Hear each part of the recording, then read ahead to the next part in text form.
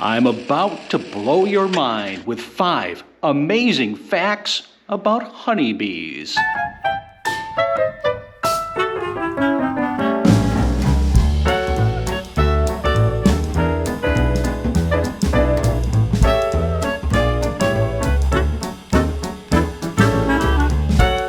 In just 10 years, we went from these 2 colonies of honeybees to this 5-acre lot with a couple of buildings and gift shop for a self-sustaining business. As I was saying, I'm Burt Beebe and I'm your opener here at the gift shop today, and it's Tuesday. We're open from noon to 5, and not only am I the opener, I'm your host this afternoon for 5 amazing facts that'll blow your mind.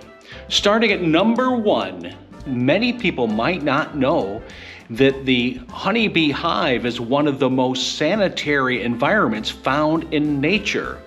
Except for the queen and some of the young drones, they don't defecate in their own home. They'll actually go out, do a cleansing flight, do their business, and come right back in. They're so fanatical about cleaning that they're constantly dragging out hair or unwanted pests. And also, people might not know is that they fill in every nook and cranny with something called propolis or propolis. It is a bee glue that seals out any drafts or incoming air to keep out any bacteria or anything like that that might harm the colony. So honeybees are fanatics about cleaning. That's why we can take a frame of honey out of their box, brush off the bees, and just take a hunk of honey and put it in our mouth and eat it. And the second fact is what beekeepers call a cleansing flight. Honeybees do a cleansing flight because they don't defecate in their own home. In fact, during the winter months, when the honeybees are in their winter cluster trying to keep warm, they can't go out and fly, they can hold it up to 6 months. And then when we get a warm spell, say 30, 40, 50 degrees, they will go out and do a cleansing flight and come right back into their hive to keep warm. The third fact you may not know is that when honeybees build their honeycomb to store their honey and their brood, they build the cells at a 9 to 13 degree angle up so that the nectar and honey doesn't spill out, nor any of their baby bees. They're engineers, for crying out loud.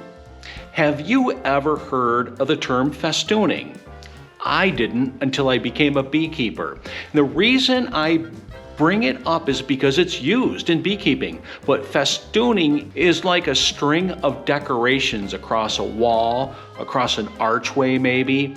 It could be decorations, especially at Christmas time you might see it.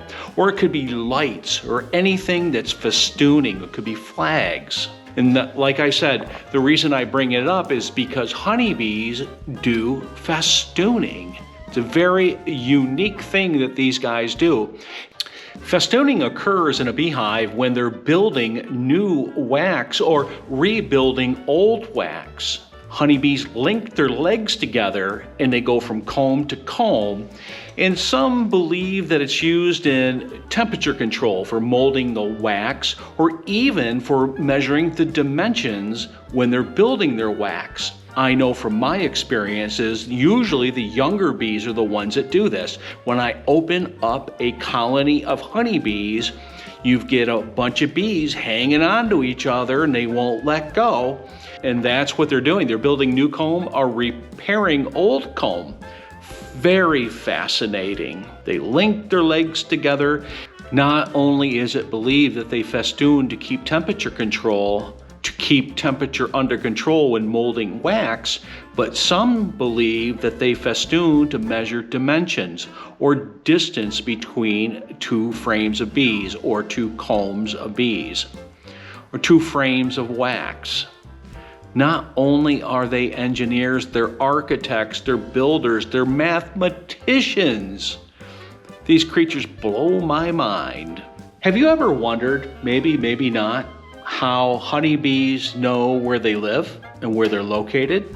That leads me to fact number 5. Honeybees do what's called an orientation flight. When they first emerge from their colony or their home, what they'll do is they'll fly facing their home, and they'll go up and down and kind of sideways, up and down, and they're facing their home. They're facing their home, and what they're doing is imprinting on their little bee brain what their home looks like. Then what they'll do is they'll start doing circles around where they live.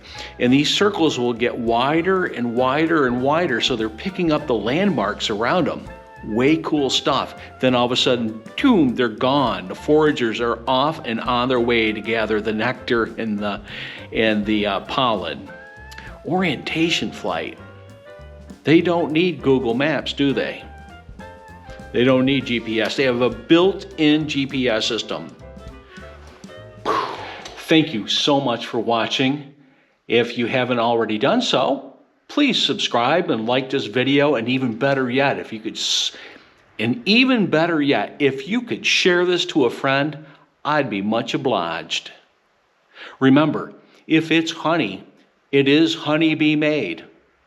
And always remember this, life is good on the bee side. Burt Beebe, out.